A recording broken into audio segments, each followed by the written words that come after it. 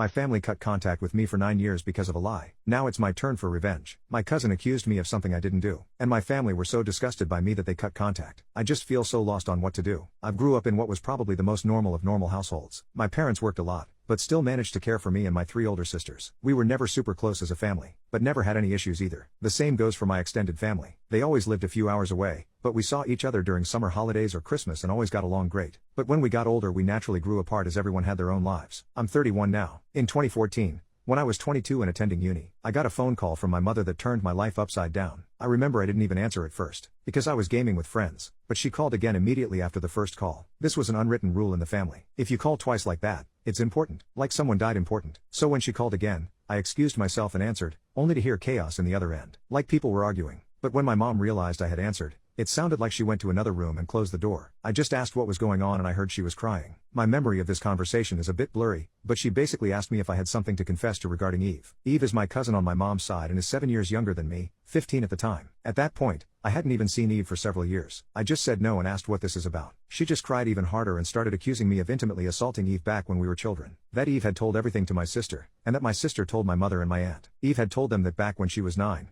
and I 16, she'd been playing in my room when I came in and started feeling her under her clothes and kissing her. My mother screamed at me to say something, but I couldn't even speak. It was all so absurd. I remember thinking that must be some bad joke. The last thing I remember saying was that it's not true and that Eve is lying. But then my mom goes on saying that Eve gave such a detailed description of where and how. Then she kept asking something like, did you do this? Did you do this? And I just screamed back at her no. Each time, it all ended with my mom putting me on speaker and both my mom and dad saying that they don't want anything to do with me and never to contact them again. 2 of my sisters texted me later that day, pretty much saying that I'm disgusting and then blocked me. I know it's weird, but after that call I went to have a long shower. To this day I still don't know why I did that. After calming down, I started calling and texting everyone, even Eve. No one answered and the ones who hadn't blocked my number by then quickly did so. The only thing I heard back was from my father who texted me to stop contacting them and that they need to heal. That was 9 years ago and I haven't spoken to anyone in my family since that day. To say this effed me up is an understatement. I was living in a haze for weeks after that and hardly ate at all. It didn't help that this was right before I was supposed to defend my bachelor's thesis and was already stressed out. Luckily my co-writer sensed something was up and saved me by controlling the conversation so that I got the easy parts. Without him I am sure I would have failed. Needless to say, no one came to my graduation.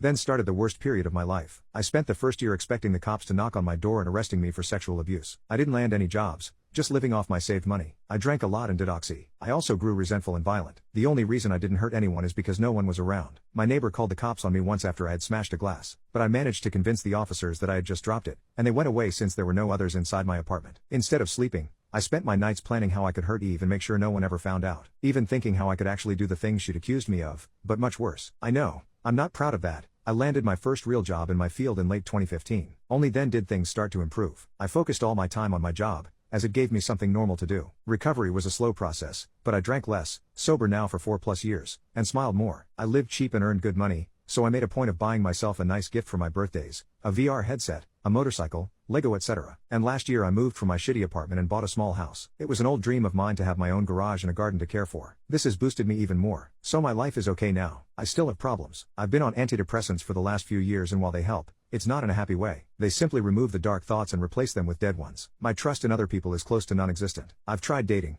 but only been on 2 dates with 2 different women. It's really hard to speak like a normal person when it comes down to it. And what would I tell a potential partner when she asked about my family? Oh, you know they accused me of a heinous crime and we're not talking anymore. But I didn't do it, I swear. My field is very male-dominated, so the only woman I really speak to is my therapist, who I like a lot. If this text was difficult to follow, I apologize. I'm not good with words on the best of days, and I started rambling a bit when it all came back to me. It's already getting long so I will fast forward to my current issue. A few days ago, I received a text from my mother. It felt unreal and I was scared to open it at first, so I just stared at the notification for hours before opening it. Yesterday, another text followed. Translated, they basically say, Text 1, Hi, it's been so long since we talked. We miss you and want to know how you're doing. Here she writes a long text about my sisters and how my nieces and nephews are getting big. I didn't even know I was an uncle. Know that we love you and always will. Mom and dad text too. Hi, we understand if you don't want to talk to us after what happened, but please listen. Last month, the subject of you was brought up at a family gathering. During this, Eve was downplaying everything that had happened to her. It got so awkward that she finally admitted that nothing happened and that she probably just dreamt it. We were all appalled by this. When we last spoke, we wanted to protect Eve and did the only thing we thought we could do. We know that's not excusing how you were treated. What Eve did was wrong and we're all angry at her. We have called everyone that knew and told them the truth. We all want to speak with you and your sisters want you to meet their families. Please write back if you can find it in you to forgive us. Mom and dad. So yeah, that's my situation right now. I haven't answered, but they no doubt know I've seen it. Truth be told, I'm seething. So many old,